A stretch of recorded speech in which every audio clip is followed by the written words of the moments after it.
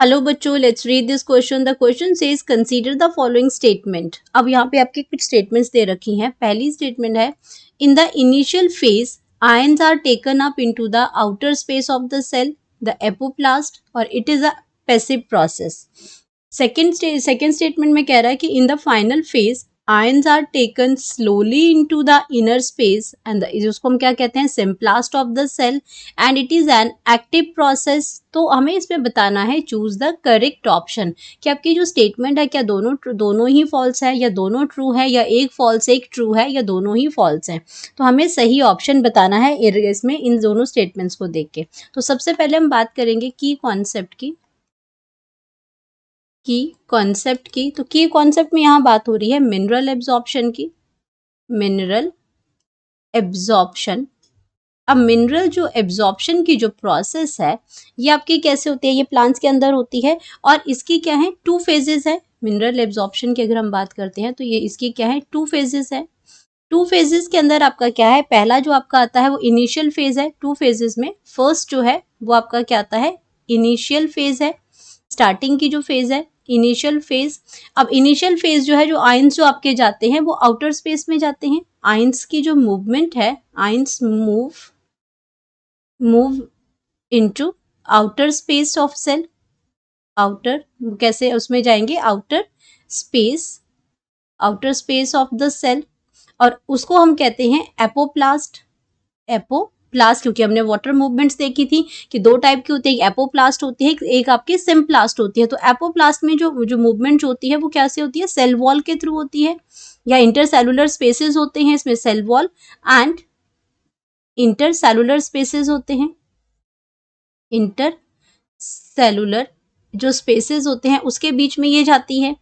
तो ये आपका क्या है एपोप्लास्ट है यहाँ पे। तो यहाँ पे आपका क्या है ये इनिशियल फेज है, आपके मिनरल आयन मूव्स करते हैं इसमें outer space of the cells, apoplast हो गया। और ये एक आपकी कैसी है, ये आपकी जो एपोप्लास्ट है ये आपकी एक पैसिव प्रोसेस है, यहाँ पे एनर्जी कंज्यूम नहीं होती है, पैसिव प्रोसेस है ये। और पैसिव प्रोसेस में इसमें जो मूवमेंट है इसको हम रैपिड अपटेक भी कहते हैं। इसको हम क्या कहेंगे, ये रैपिड अपटेक भी है, जल्दी हो जाता है इसमें, रैपिड अपटेक है ये, रैपिड अपटेक ऑफ आयंस है ये। एंड इसमें जो आयंस जो मूव करते हैं वो मूव आपके कैसे आउटर स्पेस में करते हैं ये तो हमें पता चल गया। अब ये कैसे करते हैं through ion channels, through ion channels के थ्रू ये करते हैं, आयन चैनल्स के थ्रू करते हैं। एपोप्लास्ट की बात हो रही है, आयन चैनल्स के थ्रू करते हैं ये। और इसमें क्या है ट्रांस मेम्ब्रेन होती हैं, ट्रांस मेम्ब्रेन प्रोटीन्स होती हैं, ट्रांस मेम्ब्रेन प्रोटीन होती है। ट्रांस मेम्ब्रेन जो प्रोटीन्स होती हैं ये आपकी क्या करती हैं फंक्शन करती हैं as a pore, function as a pore, as a pore. तो उसमें से क्या पोर होता है, छेद होता है, उसमें से निकल जाते हैं ये आपके। तो ये आपका क्या है एपोप्लास्ट है। तो ये ऑप्शन जो है वो बिल्कुल करेक्ट ऑप्शन है, ये आपकी जो स्टेटमेंट है ये आपकी बिल्कुल करेक्ट स्टेटमेंट है। देन हम बात करते हैं अपनी सेकंड की कि जो इसमें सेकंड फेज जो इन्होंने हमें बताया था, एक तो फर्स्ट इनिशियल फेज आ गया, जो इसका फाइनल फेज है, यहाँ पे बात हो रही है फाइनल फेज की। फाइनल फेज को हम इसको क्या कहते हैं, इसको मेटाबॉलिक फेज भी कहते हैं, मेटाबॉलिक फेज भी कहते हैं। और ये आपकी क्या है सिम्प्लास्ट है। आयन जो है वो यहाँ पे क्या होता है एक स्लो, यहाँ पे पहले रैपिड अपटेक था लेकिन यहाँ पे क्या है ये आपका एक स्लोअर प्रोसेस है, स्लोअर अपटेक है, स्लोअर अपटेक है। एंड ये आपका कहाँ पे होता है इनर स्पेस में होता है, ये आपका कहाँ होता है इनर स्पेस में होता है, इनर स्पेस में होता है ये आयन की मूवमेंट है और इसको हम कहते हैं सिम्प्लास्ट। अब सिम्प्लास्ट में जो मूवमेंट होती है वो सिम्प्लास्ट में मूवमेंट जो होती है वो मूवमेंट होती है आपकी साइटोप्लाज्म के थ्रू, साइटोप्लाज्म के थ्रू। तो यहाँ के सेल टू साइटोप्लाज्म है इसमें और सेल टू सेल मूवमेंट होती है, सेल टू सेल मूवमेंट होती है। और ये आपकी क्या है एक एक्टिव प्रोसेस है, एक्टिव प्रोसेस है। और यहाँ पे क्या होता है एनर्जी कंज्यूम होती है, ये पैसिव प्रोसेस था, इसमें क्या होता है एनर्जी कंज्यूम नहीं होती थी, यहाँ पे एनर्जी कंज्यूम होती है, यहाँ पे एक्सपेंडिचर होता है एनर्जी का, एनर्जी यूटिलाइज होती है इस प्रोसेस में करने के लिए। और मूवमेंट ऑफ आयंस को हम क्या कहते हैं ये आपका एक्टिव प्रोसेस हो गया। तो ये प्रोसेस भी आपका, अगर इस ऑप्शन की बात करते हैं तो ये भी करेक्ट है।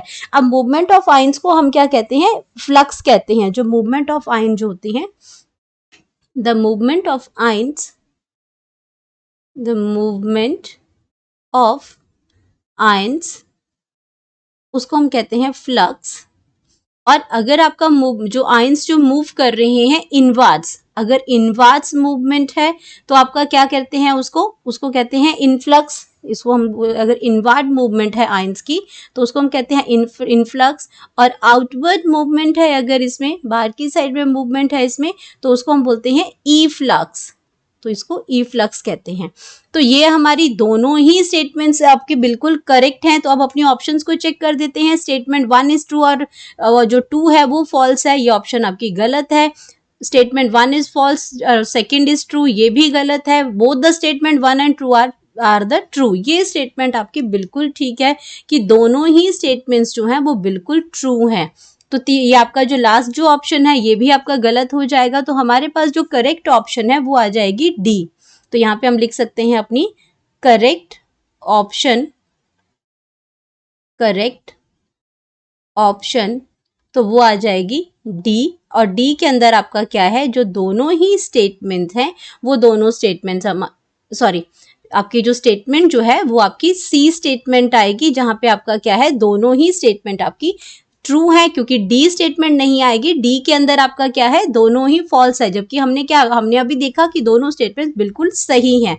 तो राइट ऑप्शन है हमारा C. Hope you understood it well. Best of luck.